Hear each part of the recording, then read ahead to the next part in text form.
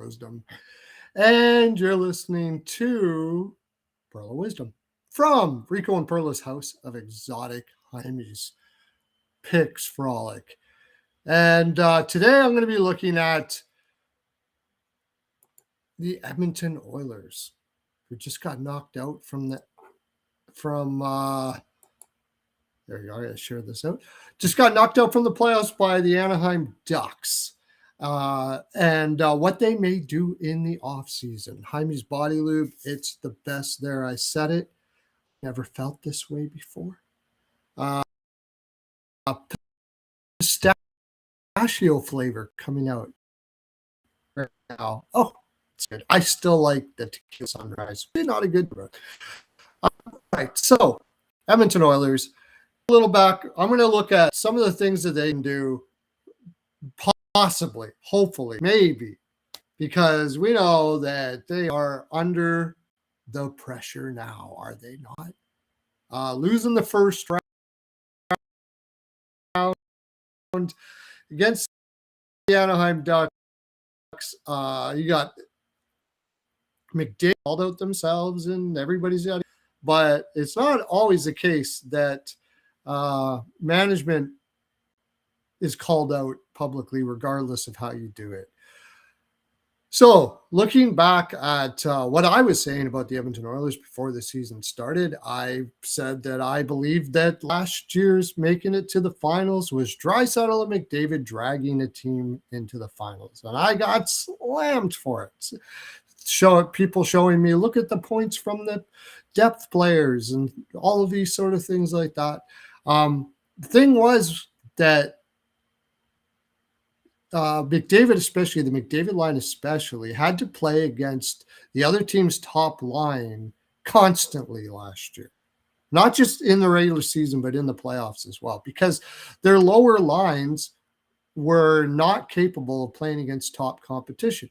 And Knobloch got in shit for this by fans alike, saying that he's overplaying McDavid and all of those things. But if you looked at the underlying analytics and really just the eye test, he wasn't doing a bad thing. There was a reason to not trust those lower lines against top competition. He really had no choice but to play that McDavid line against the other team's top lines.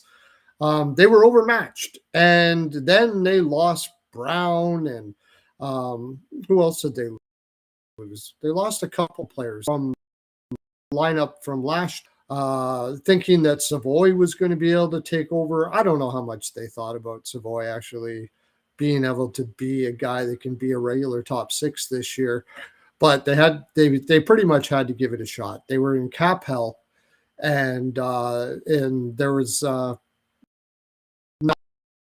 much.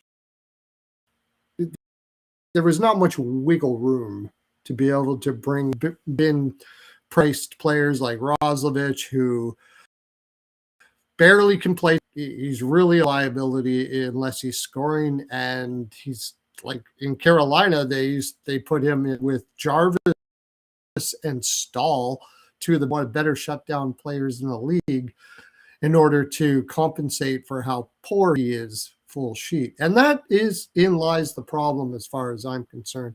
The biggest problem with the Edmonton Oilers is that, and we'll look at it as we go down the roster, their depth is just deplorable, to tell you the honest truth. Good for them that they brought in Dickinson, but their depth is deplorable. Now, we can't continue talking about the Edmonton Oilers without talking about their goaltending. And that's definitely a bone of contention. I mean, again, I thought Ingram was a nice shot, and I don't think he's a terrible goaltender. I think he's okay, a 1B, something like that. But they had difficulty finding a better goaltender than that. First of all, they have very little cap space. Apparently, they tried to get Gibson, but they needed Anaheim to retain, and they wouldn't, so he ended up going to Detroit. We'll see how that I think Gibson may be going on the market when Kosa takes over in Detroit, if he is able to take over and solidify that position. So we'll see if he's willing to go to Edmonton and Detroit will retain or something like that. But there wasn't many goaltenders out there. Now we can go back and say, okay, well, they could have had Wedgwood. Wedgwood, I think it was it Dallas that Wedgwood was playing with? They wanted a goaltender in return, and Edmonton didn't have one. You go Vladar. Okay, there's a good example. We could have signed him for $3.5 million. Could we have? There's several things you got to look at here. First of all, Philadelphia, Rick Tocchet, he plays a very goaltender-friendly system. It's a collapse 1-3-1. Boring as hell to watch, but very goaltender-friendly. I'm not sure Vladar would have as good in numbers if he was in Edmonton because, first of all, they don't play a system like that. Second of all, their lower lines are overmatched against top competition, and they get run over quite a bit, and he's going to see far more shots, far more high-danger chances. Philadelphia was third best shot suppression team in the league, I think, somewhere around there. And Edmonton was not. It was not. They saw a lot of shots. Not also leads to the next problem for Oilers management. Even though they have McDavid, and I really think that they thought having McDavid was going to solve this problem a little more than it did, a lot of players don't want to play in Edmonton. I'm from Edmonton originally. Not like born in Edmonton. I was born in Mississauga, but I lived there from the time I was 12 till up to about 2 years ago. I live in Indiana in the United States now. But about 40 years, right around 40 years, I lived there. And I appreciate the city because I made a lot of money doing as a pretty much a trades person. You can make a ton there. If you're a labor person or something like that, or even white collar in the oil industry, or even period, they pay way more than anywhere else in Canada. And they do have lower income taxes in Edmonton, rest of Canada, generally speaking. But compared to the United States, not so much. You still pay a shit ton of taxes. And it's just not a sexy city. It's a safe city, for sure. I never felt threatened anywhere. You could go out in downtown at 2:00 in the morning and felt pretty good. You might see some drug addicts around or something like that, but for the most part, you didn't hear guns going off, and you didn't really feel threatened. It's great. It's great for family. It's great for middle to upper middle class, but it's not sexy. There's not too many fancy type restaurants there. They don't care about aesthetics too much in Edmonton. These are pretty much very wealthy rednecks, and it kind of looks that way. They don't like to spend money on making things look pretty. They don't have much use except for the big mall that they have. If you have a wife who likes to shop and stuff like that, you pretty much have to drive to the West End and go shopping in the mall that's there, because they don't really have any high-end places like that. They don't really have any high-end cafes. The scene is meh. In comparison to like Chicago or LA or New York, or even Toronto, to tell you the honest truth. Toronto is killer, but Edmonton, not so much. And of course, it's crazy ass cold in the wintertime. Crazy ass cold. So if you are a multi-million-dollar hockey player with a multi-million-dollar wife, and you have options to go to Edmonton or elsewhere, even though they went to finals, and you should theoretically have a better chance of winning. Most players would be able to talk themselves into going to like in LA and saying, I'll try to win a cup there, or Dallas. I mean, they got a good team. Colorado, much sexier cities than Edmonton. So they have a very difficult time with that. And that still is the case. They do have a couple players like Hyman, who came from Toronto, who did so because McDavid was there flat out publicly said it. Ekholm, he had a no trade clause. Edmonton wasn't on it. He was very happy to go to Edmonton. He's one of these winter sports guys. And talking about that, if you like sledding, you're good. But if you like fishing and you're in Edmonton, it's a good 2.5 hour drive to get to a lake. There's, unlike a place like Minnesota that's also cold, or even Toronto, to tell you the honest truth, Ontario, where you've got a lake like half an hour away, 45 minutes away, maybe even in your back door. The Edmonton doesn't have that. It's very dry. It's very flat. It's not aesthetically pleasing. I'm just straight up 3.5 hours away from Banff and Jasper. You got to check that out. It's the most beautiful place in the world.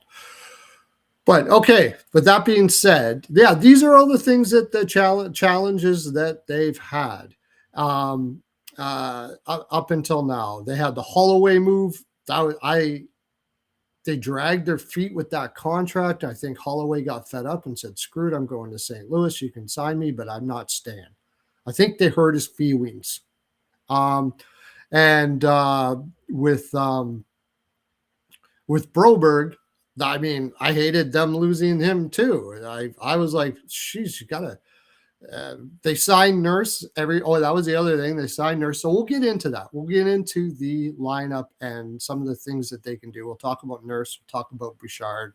Talk about maybe a goaltender they might be able to pick up. When you listen to this video, you're going to see that the goaltending position is still going to be very tough. So I got Puckpedia up here. We're going to look at some of the ways I think they can fix it to make hopefully the goaltenders have an easier time, the defensemen have an easier time, and the top lines of McDavid and basically Draisaitl, because I'm still not convinced that Podkolzin is your true answer as a second line left winger. He's open the rest of your roster, and Kapanen is not a second line winger. Love his heart and the way he's improved since he's been in St. Louis, but he's still not. So you've got Draisaitl. Let's go. I'll pull it up. Okay. First of all, they've got, in reminder, they have $14.5 million of cap space next year. So as we go through this, we'll see how that's getting eaten up pretty quick. Nugent Hopkins on the left side here. He had a terrible year this year, honestly. And you can say that about a lot of the players this year. 2 Stanley Cup finals, condensed schedule, McDavid going to Olympics, Draisaitl going to Olympics, Ekholm going to the Olympics.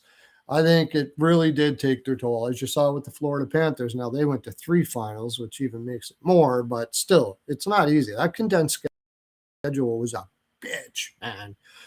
And Nugent Hopkins really kind of fell off the map analytically this year. I'm not going to show you every single analytic for every team, for every player, for the sake of time, but you can go look at it for yourself. JFresh Analytics is what I use.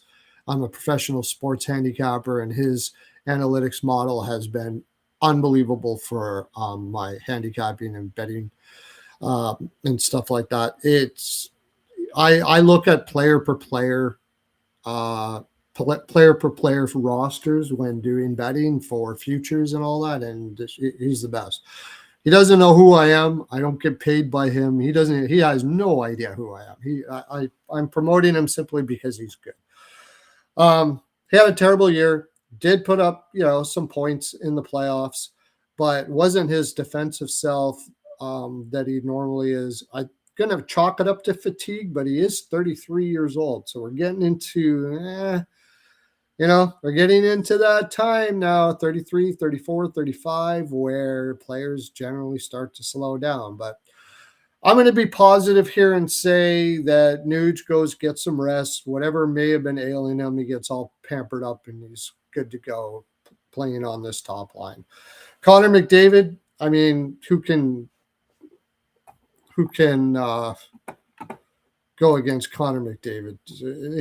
He plays elite competition constantly, which means he's deployed against other teams' top lines more than more than a lot of elite players are, to tell you the honest truth, because a lot of the time coaches try to keep their players away from the elite competition. Not Connor McDavid, and we'll get into why down the road. And that is really tough to do in an 82 game schedule constantly all the time. But he still pulls 138 points and almost 50 goals. Guy's insane. The guy is freaking insane. Simple as that. His defensive analytics took a shit kicking. 2 years ago, he was 75% above replacement defensively. He's underrated capabilities defensively. However, this year, like Nugent Hopkins as well, they were playing a lot from behind, partially because of goaltending and partially because what I'm going to talk about as I go through this video. So when you're playing from behind, you're taking high-risk offensive chances and your defensive analytics take a shit kicking. Same for Zach Hyman. Of course, he was injured as well this year. He's 33 years old. 34, actually, 33.9. So he's going to be on the verge of 35. And he's getting injured more often now. He was injured in the playoffs last year. He was injured again here in the regular season. Only got into 58 games. When he's in the lineup and he's playing with Connor, he can score 31 goals in 58 games. You can't, a point-a-game player, it's pretty great. I doubt he would do that playing with a lot of centers, but it doesn't matter. He still manages to do it up there. Vasily Podkolzin has turned into what I would call a borderline elite third line left winger. And if you notice, he's not playing on the third line. He had 37 regular season points last year, and many Oilers fans will point out that that's really good if you look at in comparison to other players out there, like say a player like Peterka in Utah, who had 42 regular season points. But Peterka's center he played with was Barrett Hayton. And you can look at other players that had that sort of production and look at their center and go, oh, yeah, okay. It wasn't really, you put those guys with Draisaitl, what are they doing? A lot more than that. But he's very good defensively. He's improved immensely as a defensive shutdown left winger from night and day from the time he came over from Vancouver. He works his balls off. I love him. I do love Vasily Podkolzin. I'm not shitting on him here to say that ideally you don't want him on your second LW. You can get away with it. You can, if depending on the rest of your roster. Leon Draisaitl had one of his best defensive years last year. Shit the bed again, or I shouldn't say shit the bed. Went into the tank this year for all the reasons I've already mentioned. Guy's elite. Not going to talk anything shit about Leon Draisaitl. He's an incredible player, no doubt about it, of course. Then we have Matthew Savoy. Matthew Savoy generally didn't play in this spot. What Knobloch did, and I thought he would do, was play him up and down the lineup. Give him tip his toe into playing against elite competition for a couple games. Notice when he starts to sag and bring him back down again and bring him up. I thought Knobloch did an excellent job with a lot of players that way, with how he was deploying his lineup. And I had discussions, if you want to call them, with Oilers fans because they're pretty passionate.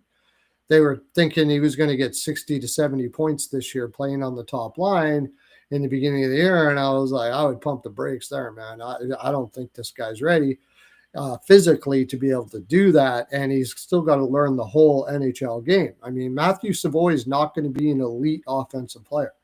He's got to be a guy that can play in all three zones. He's got to learn that. And he's still got a ways to go. However, he improved dramatically this year. So he could maybe possibly be a guy that can play more of a role next year. But I had him at 40 points or less. And I figured if he got 35 points this year, he's had a good year. And he did, somewhere around there. So I think he had a good year for the development that he's showing, where his projected development, I would say, is on par, if not a little further. So, but whether you're going to be, I mean, that's not a guy ultimately at this moment you want in your top 6 consistently all the time. Then we go to Colton Dock, Josh Szymanski, and Trent Frederic. And for a third line, that is absolutely deplorable. These are fourth line players playing above their heads. Now, if you put Dickinson there, if they sign Dickinson now, like when I was screaming for them to sign Dickinson, I would say I was screaming for them to sign Shinnikov before the season started, or trade for him when he asked for a trade out of Columbus. I don't know what happened there, but if they weren't in on him, there's a management problem, man. And there's an analytics problem in this group. Like, obviously, Dubas is a major analytics guy, and he identified it and grabbed him, and you saw what he did.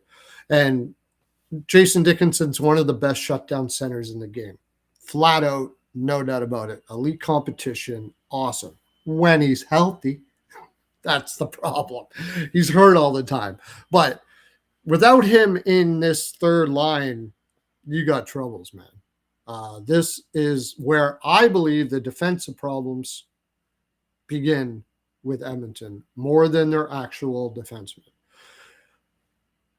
Same as like Matthew Savoy. These guys are overmatched in the neutral zone, quite often overmatched in the offensive zone, and they get stuck in the offensive zone too long.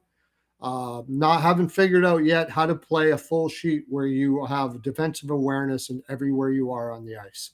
And in today's NHL, that is so important, man. Florida Panthers, Tampa Bay Lightning, Colorado Avalanche when they won, although less so Colorado Avalanche, but they still had Landeskog, Lehkonen, Nichushkin, Kadri. They had shutdown players on that team, and you need them, especially lower in the lineups, so you don't have Connor McDavid playing against other teams' top lines all game all the time. They're going to burn out by the playoffs, man. You can't do it. Toronto did it to Marner the whole time he was there. He goes to Vegas, and now you're seeing the benefit of getting a little easier deployment. The 82 game schedule is tough. The more you can get your top lines playing against second and third lines, the better, and in the playoffs as well. And Knoblauch was getting a ton of flack for not playing the Colton Docks and Fredericks and everything more. Henrique, who else was in there? Roslovic. Roslovic's not even here. Roslovic, he's a guy that played up there, and he can't play bottom 6. He's clueless as far as defensive. Very low IQ player with a great shot if he gets in his spots and can score. But if he's not scoring, he's not doing nothing. Trent Frederic is not even a good fourth liner right now, and he's getting 3.8.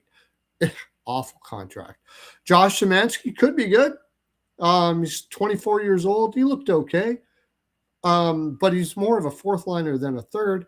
Colton Dock, again, he's growing. So far, what I see from him, he's possibly could be a good third liner, but you don't want this as your third line.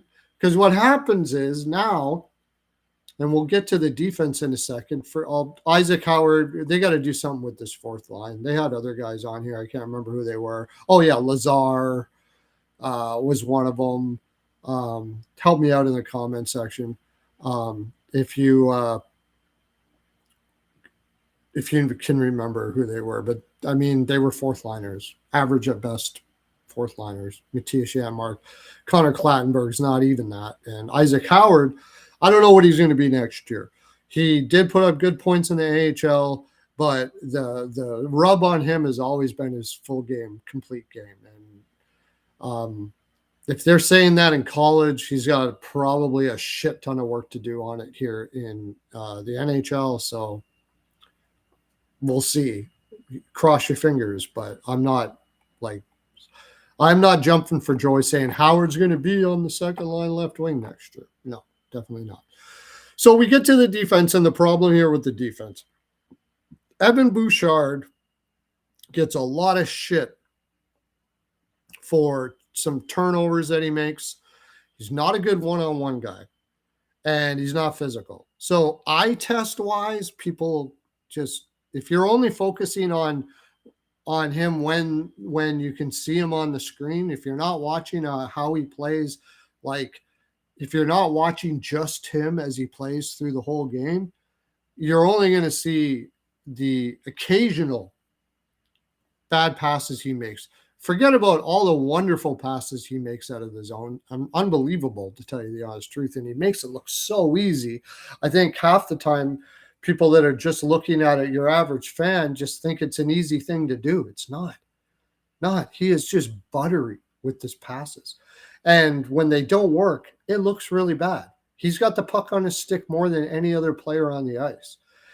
And when he looks up and you've got third line guys like Doc, Szymanski, Frederick, Savoy if he's on the second line, or even Roslovic when he's on the second line, less or so Podkolzin, overmatched in their spots, not in their spots, don't know what they're doing, floating around. Roslovic, he plays the suicide pass constantly all the time. Suicide pass is when you're sitting in the middle of the neutral zone and the defenseman's right behind you, and they'll just freaking slam you as soon as you get it. If I were Bouchard, I would pass it to him over and over again. I'd just say, here, take it. Boom, boom, boom. Are you getting it yet? Getting it yet? Get on the fucking wall, man. If he's even in the spot to begin with. So they look up and they don't see anybody. Bouchard looks up. He doesn't see anybody to pass to. He's got two choices. He's got to find a way to pass, or he's got to make a thread pass, or he's got to turn around, go back, get everybody to come back again, and then go again, which is totally not the way the Oilers should be playing with, guys like Draisaitl and the speed that they have on their lineup. And it's not the way they want to play. It's never been their philosophy. It probably never will be. It's ingrained in them. So he ends up trying to thread a pass or make a play that's not there, or jumping it down the ice, or trying to skate it out and he can't, and the puck gets taken off his stick. That is the major problem with the Edmonton Oilers, I believe, and I've been saying this for quite a while, even in last year's playoffs when I took Florida to take the Edmonton Oilers. So that then you have, you got Matthias Ekholm, again, not a great year. Chalk it up to 2 finals, 36 years old, going to be 37, still a great shutdown defenseman. Get some rest, come back, probably will be okay. The guy's a freaking beast, man. Absolute beast. He just seems like a guy that can probably play up until he's 40 years old at a very high level. I'm not too worried about him, although age is age, and you never know. Darnell Nurse, same problem as Bouchard. He's just not as skilled as Bouchard. He's not as talented as Bouchard. And the other thing here, and I'm going to talk about what I'm going to talk about on how with the Edmonton Oilers, is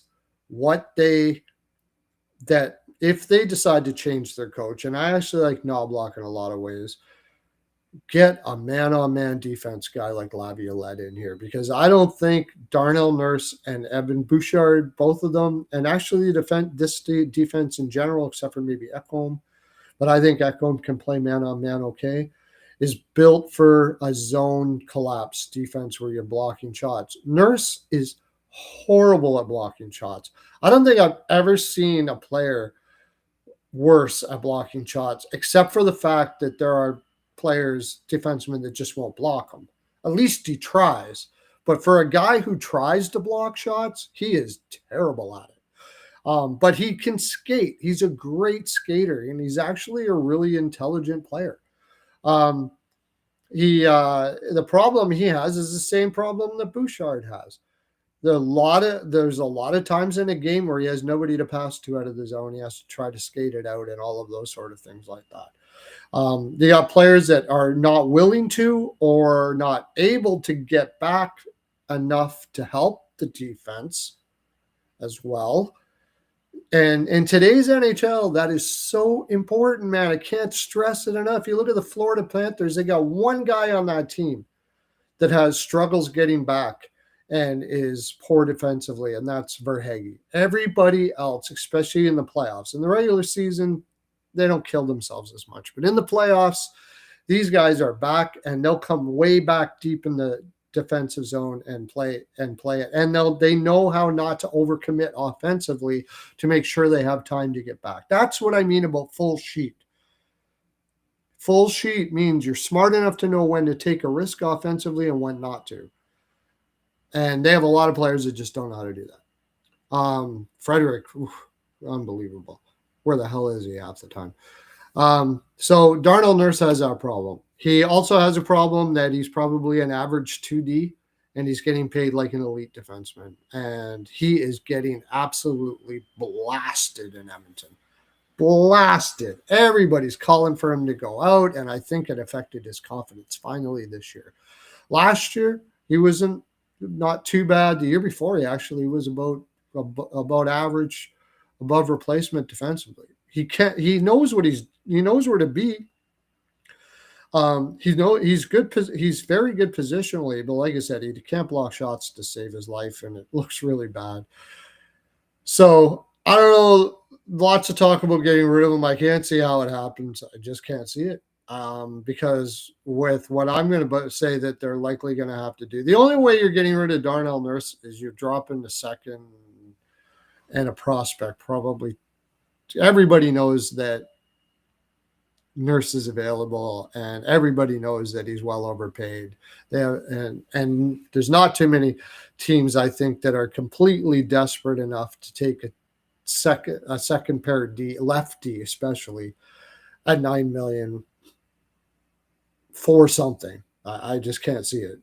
I think there's teams that he would be better playing for, like Buffalo, where they play that type of defense. But I mean, I don't think they need him. And there's other teams as well, but I can't see it happening. Jake Wallman, same sort of issue too.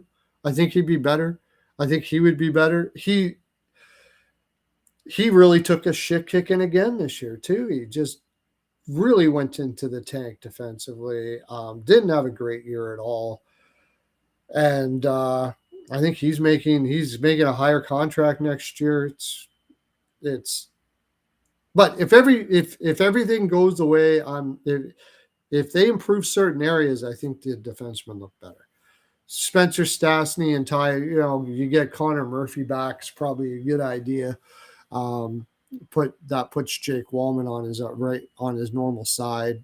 I understand that, but you're paying, like I said, Dickinson. Dickinson's probably going to cost you 2.5 to 3, which I think is under what he could get. Like, there's a lot of teams out there that realize that he's a shutdown center and could use him. I don't know. He could get 4.5, honestly.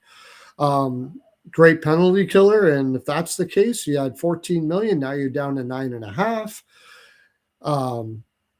You have to sign Connor Murphy back. He was making 2.2 last year. You might be able to get away with it again. Now you're talking 7 million. You're in trouble, man. And then, of course, the old Tristan Jarry. The trade that may go down as one of the worst trades ever. Apparently what happened in this situation was Skinner was asking for a trade for a long time. And I hate to say it, I've heard this too many times in Edmonton, and this is kind of a problem with Edmonton. And this reputation, I think, is getting out there when it comes to Edmonton.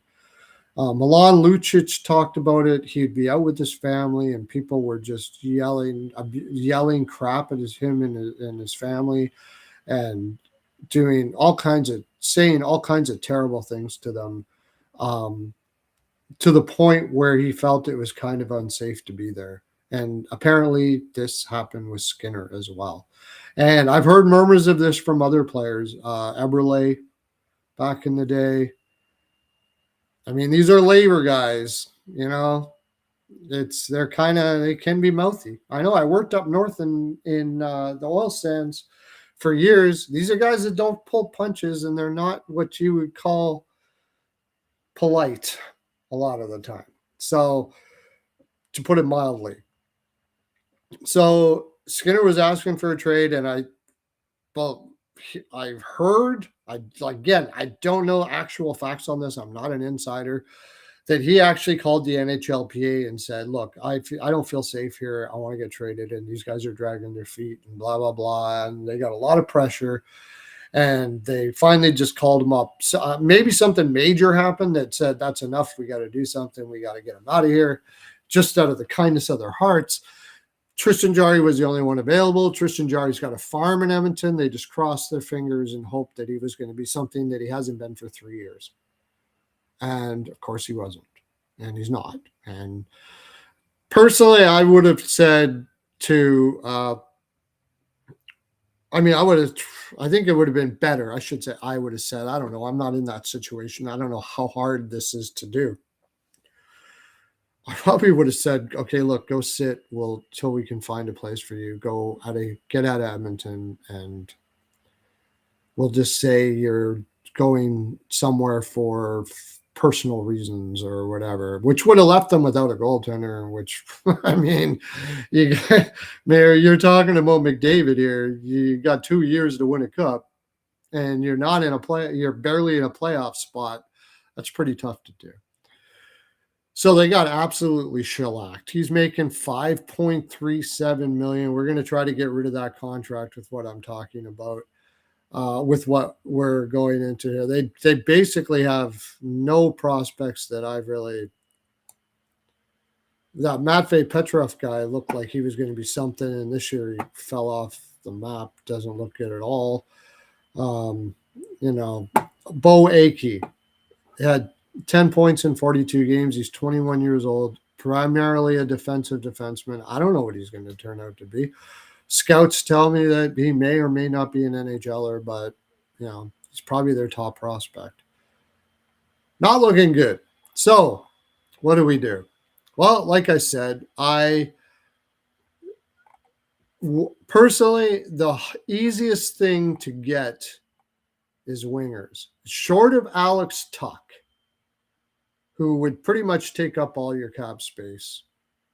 And you'd still have to get rid of Jarry, because I'm hearing that he's asking for 10, which will probably put him in the $9 million for however many years. Short of getting Tuck, who knows if he'd be willing to come to Edmonton. My gut says that he's going to end up back in Buffalo in some way after being there through all the lean years. He's from the area. He cheered for Buffalo growing up, and Buffalo is really trying to create a culture where they don't lose players, that they can say, look, players want to be here. And keeping a guy like that would really, not keeping Tuck would really hurt that for them.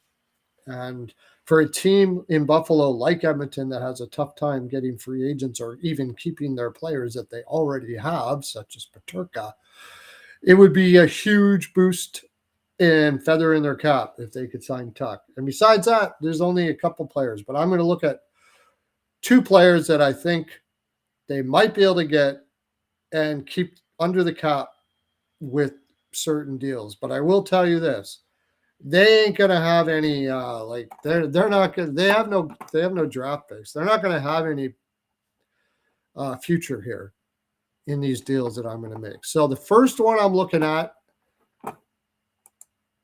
And let me get over to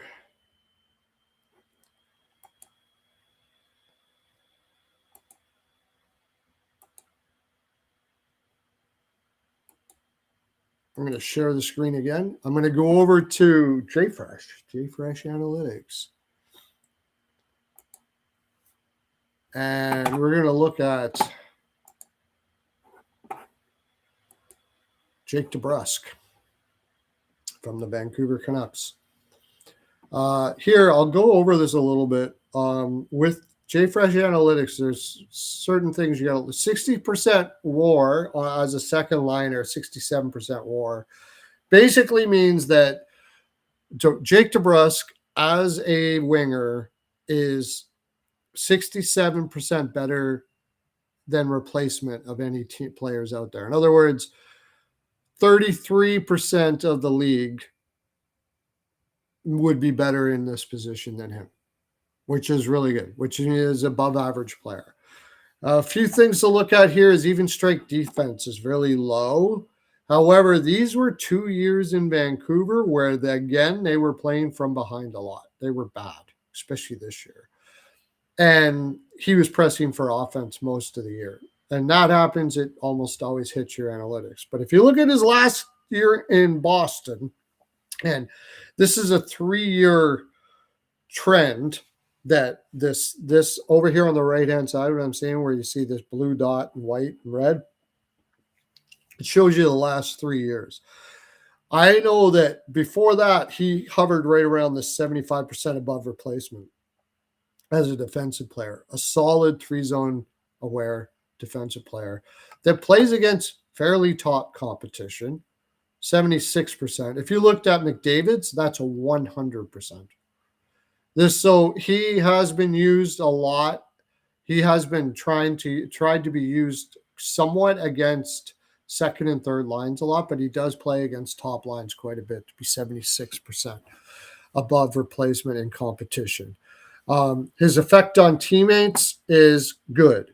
Like I said, his defensively, I think in the right situation, that would improve quite a bit. Funny thing is his goals and assists are low. And a lot of that has to do, I believe, with the type of player he is. He drives offense a lot and he creates. He's more of a added player on a line, like a complementary player in a lot of ways, but an extremely good one. An extremely good one for as far as complementary goes. He's only making 5.5 for the next 6 years, 29 years old. And my deal here to get him, Vancouver is last year, I read a few things where he said he was open to moving. If Vancouver's doing a deep rebuild, and if they're moving him, they likely are. So what I went with here is, this is where you get rid of the Tristan Jarry contract. Maybe they buy it out, however you want to do it. But in order to do that, you're going to have to give up a ton. That Bo Akey guy that I said, gone. Second round pick, gone.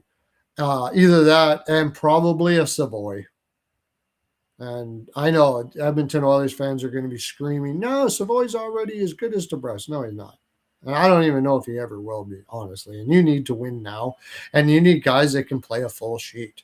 You need guys that can play against top competition in all 3 zones. And Jake DeBrusk is it. It's win now, man. After this is over, you trade. If McDavid is going to go, you trade Draisaitl and McDavid. You pick up as many picks as you want, and then you kick up your heels and tell yourself you're not going to be relevant for 5 to 7 years. But right now, you might be able to keep McDavid if they win a cup. And Jake DeBrusk, to me, is a guy that can play left wing or right wing. You can fit on that Draisaitl side. And if you have a guy like that, you might be able to get away with Podkolzin on the left side. And that puts Kapanen down, and hopefully you get to sign Dickinson. And now you're looking like you have a decent third line. Kapanen has really improved defensively as a full sheet player, and is, to me, is better suited for playing against playing in a third line role, maybe a little less minutes, so he has top speed all the time and he can produce offense down there as well. All right, so the next player I'm looking at, and oh, by the way, I forgot to mention, Jake DeBrusk is from Edmonton. His father is a media guy in the organization, Louis DeBrusk. You might remember him. He played for the Edmonton Oilers. So he gets to have family around him. He gets to be home. Just seems like the perfect play to me. Well, we're going to go to another Alberta boy. Bobby McMahon. Bobby McMahon, 29 years old, late bloomer. This is a risky one, my friends. This is a risky one. But guess what? Edmonton doesn't have a choice here but to take a risk. He's 59% above replacement defensively. He doesn't really drive offense that well, but I mean, he doesn't really have to playing on a line with Draisaitl and DeBrusk because they'll drive most of the offense. But he's a better shooter and scorer, and he's better at finishing than DeBrusk. To me, he's kind of perfect on that line. He's got speed. He can play all three zones. He played against 71% competition, which isn't too bad. Take a step up and maybe be able to play against even tougher competition than that. He's going to get you 50 points, maybe something in that area. He's not a terribly small guy. I think he's worth a shot. He was making 1.3. We're praying to God that nobody overpays the shit out of this guy next year, and you can get him for five, somewhere around there. And because we traded the Jari contract, we added that 5 to get DeBrusk. We got the room to get Bobby McMahon. And if you do this, you can either play him on the third line, which would with Dickinson, hopefully, for Edmonton Oilers fans, and Kapanen, and you've got a shutdown line, my friend. Although I would rather have Podkolzin there. You put Podkolzin, Dickinson, and Kapanen together, now you've got a third line that can take the minutes from McDavid against other teams' top lines.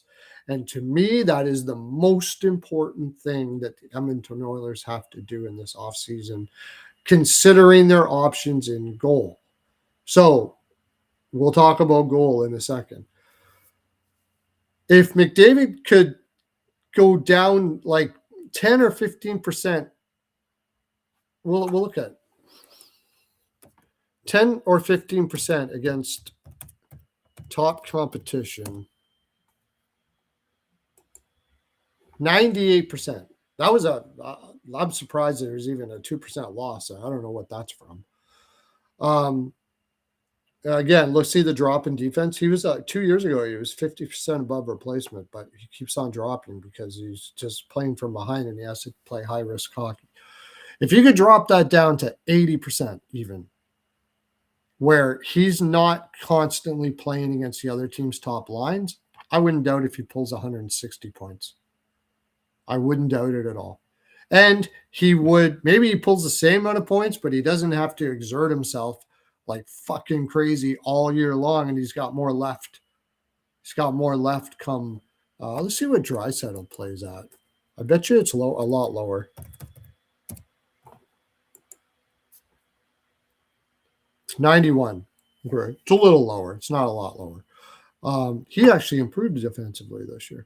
That's not bad. Anywhere, if you can be like 50% above replacement and you put up the points these do, there's nothing wrong with that. It's fantastic. And of course, he drives offense like crazy. So now, goaltending. Everybody's probably screaming. What about goaltending? There's the only thing I can say. You gave up Savoy or Howard, second round pick or to get rid of Jari and bring DeBrusk back. You really don't have much left, but maybe another second round pick in 2027. We're not caring. We are not caring about tomorrow at all. Not at all. No caring whatsoever.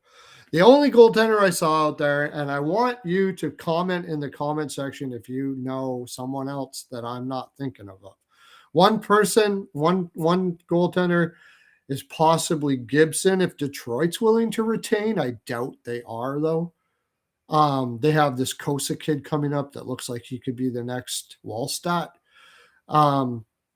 If he can take that spot, at the deadline, they may say, or maybe even before that, they may be open to moving Gibson. I'm not sure if Gibson's going to okay that trade to go to Edmonton. I don't know what his family thinks. I don't know if he wants to go to a Canadian market or anything like that. I have no idea. So that is a possibility. But the only guy I see out there that has shown that he can handle things somewhat, although he had a bad year last year, is in Toronto, and that's Stolars at 3 point something. Throw a third, whatever, at them. We'll take all their cap space. They're going to want cap space this year. I think they'll try to get a cheaper goaltender and roll with the wall. And sign Ingram back and have a whoever's hot play type thing. But I think the goaltending will look a lot better if you improve the depth on this team too, because you're going to Bouchard and Nurse are going to have people to pass to Brusque and McMahon. McMahon are fully understanding that they can of how to play a full sheet, come back and help the defense be in their spots. They can play against top competition, which makes it easier for defensemen to get the puck out and help them in the zone as well. Then finally, I would take a phone call on Laviolette. I say, can you help us with the man-on-man defense here? Because I really think this defense is made better for man-on-man. The only thing about man-on-man defense is it's way tougher physically.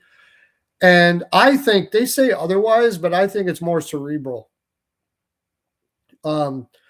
With the zone defense, there's really a lot of communication that has to happen. Everybody has to work together to make sure that they're in their zone spots and where the puck is going and all that. And a lot of people say it's more cerebral. But man on man, there's less ability to be able to talk to the guy that's taking that man over in the corner. Everybody's kind of got their man. You still got to communicate, but it's quite often it's not even possible to do so. So you really have to think about what's happening over there. Where's that puck going? Where's this guy going? Where's that guy going? And be able to do it. I think it's more complex. And I've had discussions with Jonathan Davis, who talks to Buffalo coaches and stuff that say, because Lindy Ruff has a form of this type of defense there in Buffalo that says, no, it's really simple. It's not complex at all. And I think that they're just saying that for the sake of not getting it out there that it is, because, okay, maybe you think it's simple, but it took that defense 2 years to figure it out when he got there. It took them 2 years. So if it's that simple, how stupid are your players? A zone defense can be picked up pretty quick. There's less movement. You're just covering a zone, and quite often you end up just being them in a box, blocking shots and stuff like that. Which I just told you, two players that are not great at blocking shots. Bouchard does block them, but Nurse especially no. Use their skating for man on man. You need good skaters, and you got them. And I think it's a more effective way to play. Carolina plays that way. Florida plays that way. Tampa plays that way. Just happen to be cup winners that play that way. So that's what I got to say, man. Tell me what you think about all the stuff I just said in the Edmonton Oilers and what they're going to do in the offseason. I think that's what they have to do. But I'm going to be talking about Toronto Maple Leafs next and what they can do, because that is one hell of a challenge, isn't it? And you can talk to me tonight at Rico and Perlo's House of Exotic Picks Frolic, where I'm going to be I'll be watching the game. The game will probably be over by then. I'm going to talk about the games for tomorrow, my betting picks. Also, I'll be on again tomorrow morning on the forecheck with exotic wagers, and hopefully Jonathan Davis as well. Dre Martinez, I call him Parlay Dre. The guy is an amazing parlay guy. If you like the parlays and the big plus money, you're going to love Parlay Dre. And the Stat Master J, Jonathan Davis, also an insider. He's a reporter for the LA Kings. He knows a lot about what's going on in the league, and he's just an incredible stat guy. You got to check it out. He's an incredible stat guy. My personal betting and handicapping since I met him has gone through the roof. He is fantastic.